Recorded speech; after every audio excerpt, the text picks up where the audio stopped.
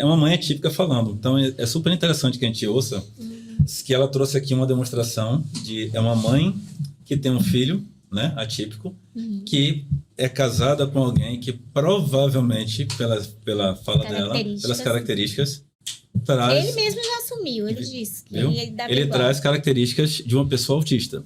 Então, o que significa? Ela tem a experiência vasta, ampla, de uma pessoa que é responsável pela organização e regulação de alguém que está se desenvolvendo e alguém que ela teve que aprender na marra a criar subsídios necessários para lidar ali dentro de um processo ali de exigência marital, né?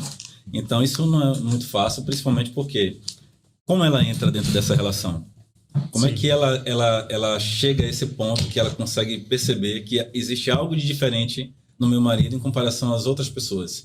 Até que ponto eu exijo mais dele em meio ao que ele realmente pode dar em relação às condições que ele tem para dar dentro do que eu espero para um marido adequado para mim?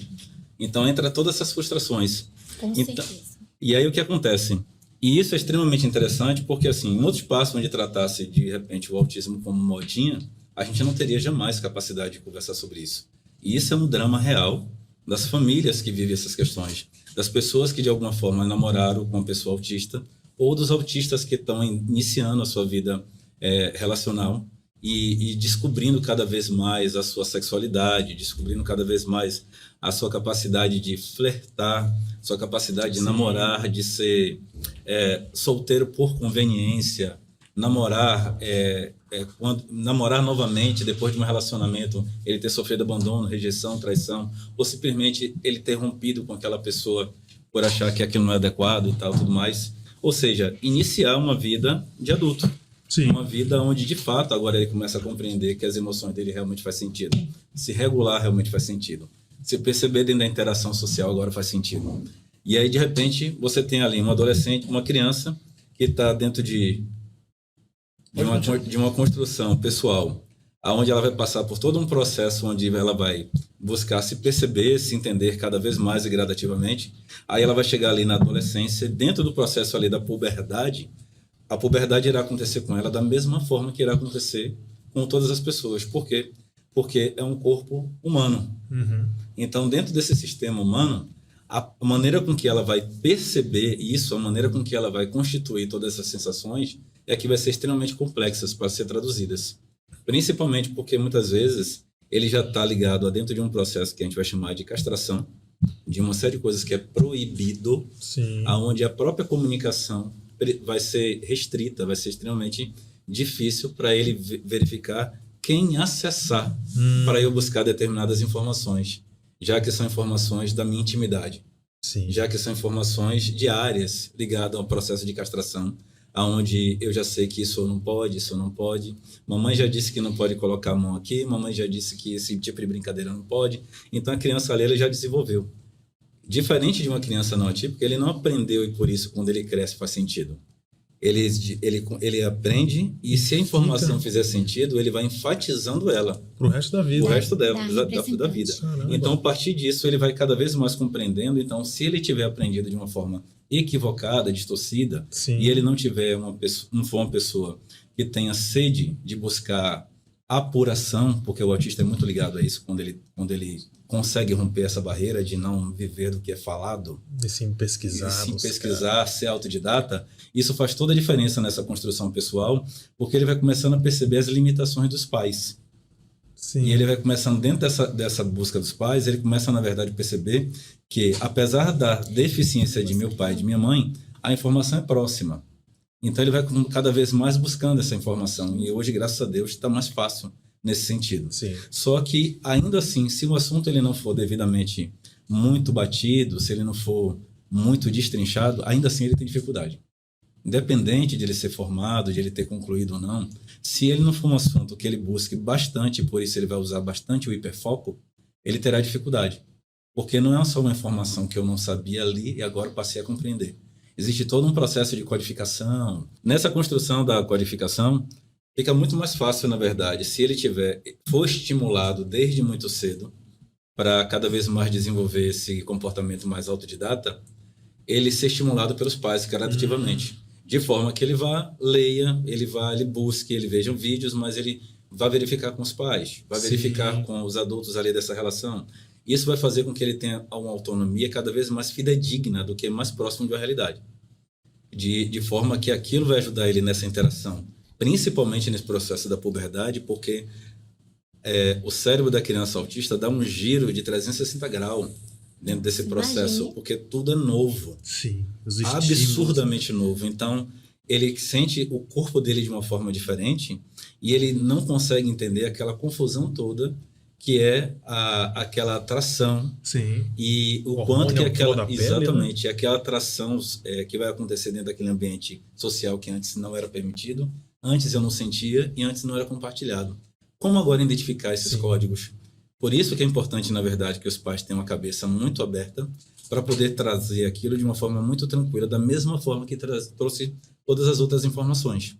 Então, o ideal seria que o pai e a mãe fiquem de stand-by, como se estivessem em estado de alerta o tempo inteiro, e a partir daí perceber que a criança ela já quer saber. Então, a partir daí, ela vai entender o quê? O tempo das perguntas. Exato. Então, dentro do tempo das perguntas, o pai e a mãe vai dar um mergulho raso para tentar trazer as informações que forem necessárias, mas sem instigar, sem massificar o assunto, sem que ele mature. Porque ele precisa fazer as perguntas e maturar o sentido dela. Só que isso pode levar dias, pode levar meses. Então, depende muito de cada criança, porque o autista ele não faz necessariamente pergunta para ter informação. Ele faz a pergunta muitas vezes porque ele quer entender ou desenvolver um padrão comportamental. Então, reproduzir, né? Isso, reproduzir um comportamento. Então, na verdade, ele precisa de elementos que ele já está construindo, onde aquela pergunta pode ser algo que é de uma construção que ela já está pré-estabelecida, hoje ela já está finalizando. O pai e a mãe nunca terá como saber em que ponto está aquela pergunta, assim como todas as outras. Porque ele está construindo aquele padrão. Então, a partir daquelas informações, ele está fazendo a verificação, como se fosse um processo epistemológico, onde ele vai estar o tempo todo testando para verificar se aquela informação da mãe bate com a do psicólogo, e se a informação do psicólogo bate com a da professora, se bate com o do cara do vídeo, se bate com aquela leitura que eu fiz. Então, esse processo é extremamente saudável, só que ainda assim tem um fator emocional. Porque dentro desse fator emocional, é por isso que a criança autista ela já tem que ter maturidade para ter uma compreensão de entender que o que eu sinto é novo, eu não consigo compreender, mas eu posso tratar disso com o meu psicólogo. Eu posso falar sobre esse assunto com o meu psicólogo. Ele é a pessoa mais adequada, entende? Não é que minha mãe não seja de confiança, meu pai não seja de confiança, mas esse assunto é para o psicólogo. E ele compreendendo esse nicho, fica muito mais fácil ele compreender. Por isso a importância de buscar o suporte.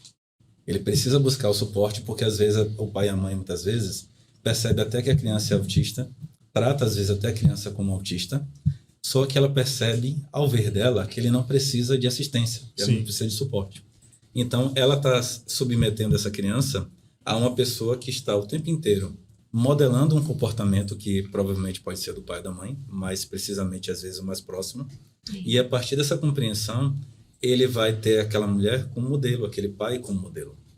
Entendeu? Só que, ao contrário das outras referências que uma criança pode ter, não sendo autista, isso é extremamente perigoso porque reproduzir o comportamento de uma pessoa fidedignamente é extremamente perigoso. Exatamente. Porque somos passivos de defeitos. E é para ser assim. Não é para sermos perfeitos. Aliás, quem olharia a ideia da perfeição? Quem teria que apurar para verificar se alguém está sendo perfeito? Então, a ideia de você buscar alguém para você ser fidedignamente exatamente como ela é, como ela pensa, como ela age emocionalmente, isso com certeza trará uma série de prejuízos sociais. E aí já entra uma série de contrassenso que é muito comum na relação da criança com a sua mãe. Sempre a mãe, né? A mãe fica sempre sozinha a mãe. no final. A maioria... Com a sua mãe, porque assim, a mãe é típica, ela passa por um processo no desenvolvimento dessa criança até a vida adulta, porque ela é a figura que mais representa as regras e mandos para esta criança autista. Que apesar do autista funcionar muito bem com disciplina e rotina, ele detesta. Então ele se submete porque aquilo é menos angustiante. Aquilo é menos frustrante, traz menos ameaça, traz menos frustrações. Tem mais garantia de dar certo. Ele aprende as regras e vai funcionando gradativamente. Por quê? Porque a escola exige regra, os coleguinhas exigem regras, as brincadeiras exigem regras. O próprio modelo social exige regras o tempo inteiro. Mas essa figura é um fiscal. Ela está o tempo inteiro lembrando sobre todas as regras. Fiscalizando as regra da escola, ela está lembrando inteira. sobre as regras de casa, regras de asseio. Então a criança acaba desenvolvendo, principalmente na adolescência, uma relação dual com essa mãe, onde muitas vezes é uma relação de amor e ódio constante. De ela ser associada o tempo inteiro àquela que cobra, mas ele também entende que é ela que mais regula ele, é ela que mais compreende ele, ela que mais ele devota amor, carinho e necessidade.